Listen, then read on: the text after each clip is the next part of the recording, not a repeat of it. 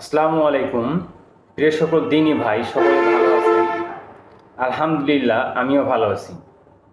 আমার আজকের টপিকের মূল যা বিষয় তা হচ্ছে হায়েজ সম্পর্কে সহিহ আল বুখারীর গ্রন্থসহ অন্যান্য ধর্মীয় গ্রন্থ থেকে আলোচনা করব ইনশাআল্লাহ। তো আজকের এই বিষয়ে বলা হয়েছে যে ঋতুবতীকালীন বা ঋতুবতী মহিলাদের প্রতি নির্দেশ এ সম্পর্কে।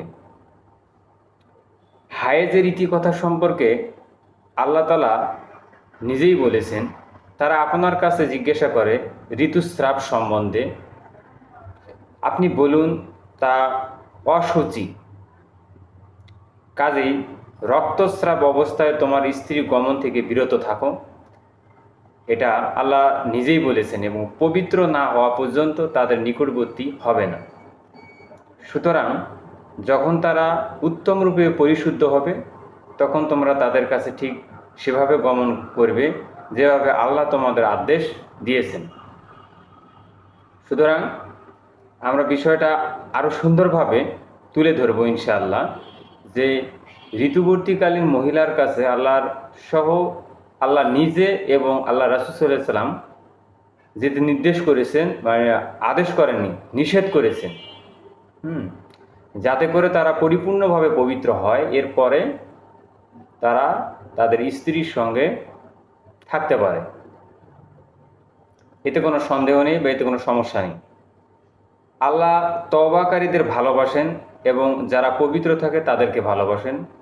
রেফারেন্স হিসেবে যা পাবেন সূরা আল বাকারা 2 নম্বর সূরা, এর আয়াত নম্বর হচ্ছে 222। সুতরাং সূরা আল বাকারায় 222 নম্বর আয়াতে এই বিষয়ে আরও সুস্পষ্টভাবে বলা হয়েছে।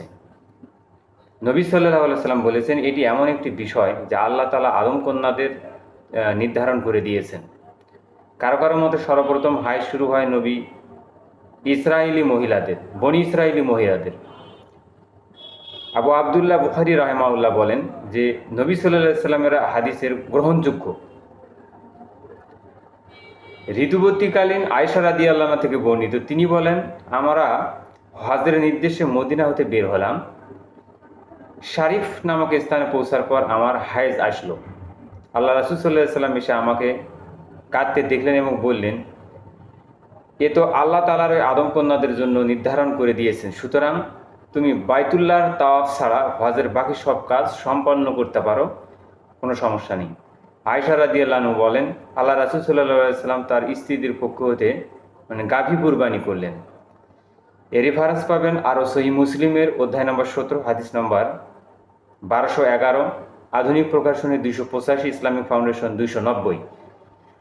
সুতরাং প্রিয় সকল যুবক দিনী ভাই এবং প্রিয় সকল মুসলিম মা ও বোনদের এতটুকু বলবো যে যারা আমার এই বয়সে এই ইসলাম ধর্মের প্রতি যতটুকু দিক নির্দেশনা পাওয়ার দরকার ছিল, আমি হয়তো তা ইসলামের জন্য পরিপূর্ণ কোনো কাজ করতে পারতেছি না, তো আমি এতটুকু আশা করি এই ভিডিওটা কিন্তু বর্তমান সময়ের যুবকদের জন্য এটা খুবই একটা গুরুত্বপূর্ণ বিষয় এবং একটা জটিল বিষয়, যা নিয়ন্ত্রণ করা প্রতিটি মুসলিম পুরুষের দায়িত্ব এবং যা নিয়ন্ত্রণাধীনের মধ্যে রাখা প্রতিটি নারী ও পুরুষের কর্তব্য। বিশেষ করে মহিলাদের জন্য এটা একটা ব্যাপক সমস্যা হয়ে থাকে, তবে এটা অপছন্দনীয় কোনো দিক নয়। হায়েজ সম্পর্কে আল্লাহ রাসূল সাল্লাল্লাহু আলাইহি ওয়াসাল্লামের বিস্তারিত কথা আপনারা শুনলেন, আমার ভিডিওটা আপনারা আরও দেখবেন।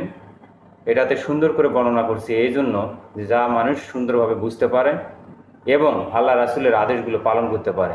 যে সকল দিনী ভাই, সকলকে আমার সালাম। আসসালামু আলাইকুম ওয়া রাহমাতুল্লাহ।